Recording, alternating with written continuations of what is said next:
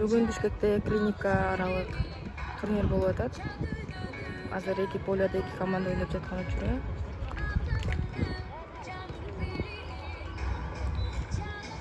Погода дагы аябай салкын болуп атат, ойногонго жеңил болуп.